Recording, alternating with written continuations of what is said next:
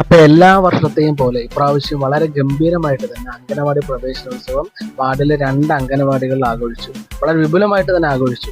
അപ്പൊ ഉദ്ഘാടന കൃത്യം നിർവഹിക്കുന്ന ഒരു ചടങ്ങാണ്. ദീപം തെളിയിച്ചുകൊണ്ട് ജഗദീശ്വരന്റെ അനുഗ്രഹം എല്ലാ കുരുന്നുകൾക്കും ഉണ്ടാവട്ടെ എന്ന് പ്രാർത്ഥിച്ചുകൊണ്ട് ഉദ്ഘാടന കൃത്യം നിർവഹിച്ചു.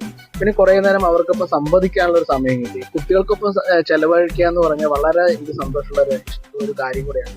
വളരെ പോസിറ്റീവ് ആയിരിക്കും, നമ്മുടെ മൈൻഡ് ഫ്രഷ് ആയിരിക്കും.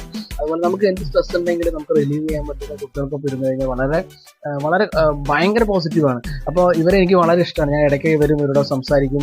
വളരെ പോസിറ്റീവായിട്ടുള്ള കുട്ടികളാണ്. പിന്നെ അവർ കുറച്ച് ഗിഫ്റ്റുകളൊക്കെ വിതരണം ചെയ്തിട്ടുണ്ടായിരുന്നു. അപ്പോൾ അവർക്ക് ചെറിയ ചെറിയ ഉപഹാരങ്ങളൊക്കെ കൊടുത്തു. അതുപോലെ ടീച്ചറെ മധുര വിതരണം നടത്തി. ഉച്ചയ്ക്ക് അവർ ഗംഭീരമായിട്ട് എല്ലാ അമ്മമാരും ചേർന്നിട്ട് ഒരു സദ്യ പ്ലാൻ ചെയ്തിട്ടുണ്ട്.